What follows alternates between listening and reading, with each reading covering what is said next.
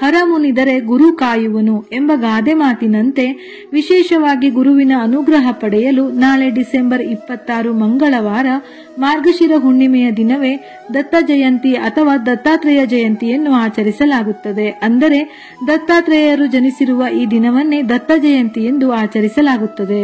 ಹಿಂದೂ ಧರ್ಮಗ್ರಂಥಗಳ ಪ್ರಕಾರ ಭಗವಾನ್ ದತ್ತಾತ್ರೇಯರು 3 ಪ್ರಮುಖ ದೇವರುಗಳ ಸಮ್ಮಿಲನವನ್ನು ಸಂಕೇತಿಸುತ್ತಾರೆ. ಬ್ರಹ್ಮ ಸೃಷ್ಟಿಕರ್ತ, ವಿಷ್ಣು ಪೋಷಕ, ಮಹೇಶ್ವರ ಭಗವಾನ್ ಶಿವ ವಿನಾಶಕ.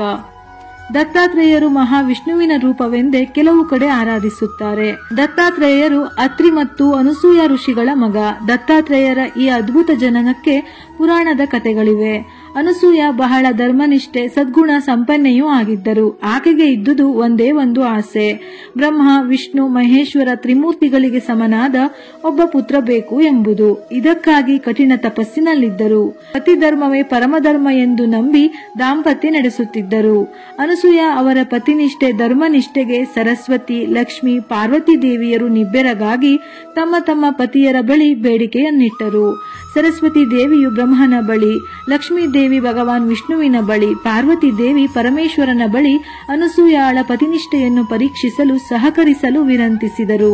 ಬ್ರಹ್ಮ ವಿಷ್ಣು ಮಹೇಶ್ವರರು ಸಾಧುಗಳ ಅರ್ಥಾತ್ ತಪಸ್ವಿಗಳ ವೇಷ ಧರಿಸಿ ಅತ್ರಿ ಮಹರ್ಷಿಗಳ ಆಶ್ರಮದ ಎದುರು ಭವತಿ ಭಿಕ್ಷಾಂ ದೇಹಿ ಎಂದು ಕೂಗಿದರು. ಆಶ್ರಮಕ್ಕೆ ಬಂದ ಸಾಧುಗಳನ್ನು ಕಂಡ ಅನಸೂಯ ಅವರನ್ನು ಆದರಿಸಿದರು. ಹಸಿವಾಗಿದೆ ತಾಯಿ, ಆಹಾರ ನೀಡಿ ಎಂದು ಸಾಧು ರೂಪದ ತ್ರಿಮೂರ್ತಿಗಳು ಹೇಳಿದಾಗ ಆಹಾರ ನೀಡಲು ಸಿದ್ಧಳಾದ ಅನಸೂಯಾರಿಗೆ ಹುಟ್ಟುಡುಗೆಯಲ್ಲೇ ಆಹಾರ ನೀಡಿದರೆ ಮಾತ್ರ ನಾವು ಸ್ವೀಕರಿಸುತ್ತೇವೆ ಎಂದರು.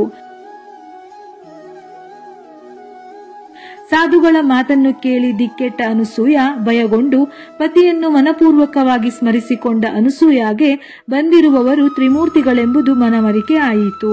ಕೂಡಲೇ ಮಹರ್ಷಿ ಅತ್ರಿ ಅವರ ಕಮಂಡಲದಿಂದ ಪುಣ್ಯ ಜಲವನ್ನು 3 ತಪಸ್ವಿಗಳ ಮೇಲೆ ಪ್ರೋಕ್ಷಣೆ ಮಾಡಿ ಶಿಶುಗಳಾಗುವಂತೆ ಮಾಡಿ ಆ 3 ಶಿಶುಗಳಿಗೆ ಅನಸೂಯ ಎದೆ ಹಾಲುಣಿಸಿದರು.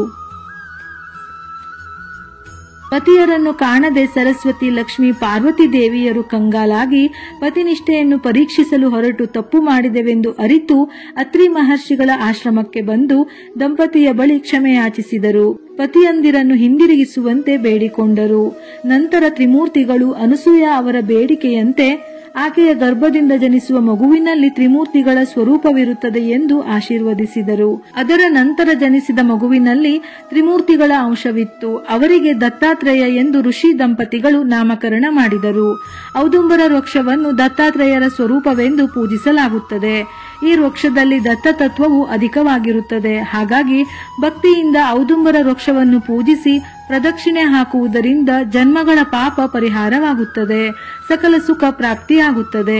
ನಾಳೆಯ ದಿನ ಮನೆಯಲ್ಲಿ ಗುರುವಿನ ಆರಾಧನೆ ಮಾಡಬೇಕು. ಅಂದರೆ ದತ್ತಾತ್ರೇಯರ, ಶ್ರೀಧರ ಸ್ವಾಮಿಗಳ, ರಾಘವೇಂದ್ರ ಸ್ವಾಮಿಗಳ ಫೋಟೋ ಇಲ್ಲವೆಂದಾದರೆ ಯಾವುದೇ ಗುರುವಿನ ಫೋಟೋ ಇದ್ದರೂ ಫೋಟೋಕ್ಕೆ ತುಳಸಿ ದಳ ಅಥವಾ ತುಳಸಿ ಮಾಲೆಯನ್ನು ಹಾಕಿ ಅರಿಶಿನ ಕುಂಕುಮ ಹಚ್ಚಿ ಹೂವು ಇಟ್ಟು ತುಪ್ಪದ ದೀಪ ಹಚ್ಚಬೇಕು. ದೀಪಕ್ಕೆ 3 ಬತ್ತಿಗಳನ್ನು ಬಿಡಿಬಿಡಿಯಾಗಿ ಇಟ್ಟು ದೀಪ ಬೆಳಗಬೇಕು. ಓಂ ಶ್ರೀ ಗುರುದೇವ ದತ್ತ ಈ ಮಂತ್ರವನ್ನು ಜಪಿಸಬಹುದು.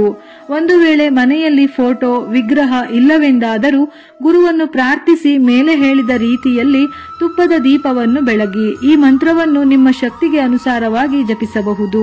ಗುರುವಿನ ಅನುಗ್ರಹವಿದ್ದರೆ ಸಕಲವೂ ಪ್ರಾಪ್ತಿ. ಹಾಗಾಗಿ ನಾಳೆ ತಪ್ಪದೆ 5 ನಿಮಿಷವಾದರೂ ನಿಮ್ಮ ಕೈಲಾದಷ್ಟು ಮಂತ್ರವನ್ನು ಜಪಿಸಿ ಆರಾಧನೆ ಮಾಡಿ.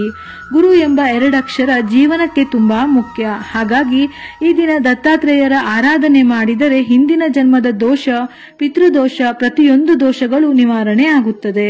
ಈ ದಿನ ಗುರುವಿನ ಆರಾಧನೆ ಮಾಡಿ ಮಂತ್ರಗಳನ್ನು ಪಠಿಸುವುದರಿಂದ ಜ್ಞಾನ ವೃದ್ಧಿ, ಶತ್ರುಬಾಧೆ, ಕಾರ್ಯಗಳಲ್ಲಿ ಸಫಲತೆ ದೊರೆಯುತ್ತದೆ. ದತ್ತಾರಾಧನೆಯಿಂದ ಮನೆಯಲ್ಲಿ ಕಲಹ, ಪರಸ್ಪರ ದ್ವೇಷ ಭಾವನೆ ನಿವಾರಣೆಯಾಗುತ್ತದೆ. ವಿದ್ಯಾರ್ಜನೆಯಲ್ಲಿ ಯಶಸ್ಸು, ಮನೆಯಲ್ಲಿ ಧನ, ಸಂಪತ್ತು, ಶಾಂತಿ ನೆಲೆಸುತ್ತದೆ. ಇದೇ ರೀತಿಯ ಮನಮುಟ್ಟುವ ಉಪಯುಕ್ತ ಮಾಹಿತಿಗಳಿಗಾಗಿ ಮತ್ತೆ ಭೇಟಿಯಾಗೋಣ.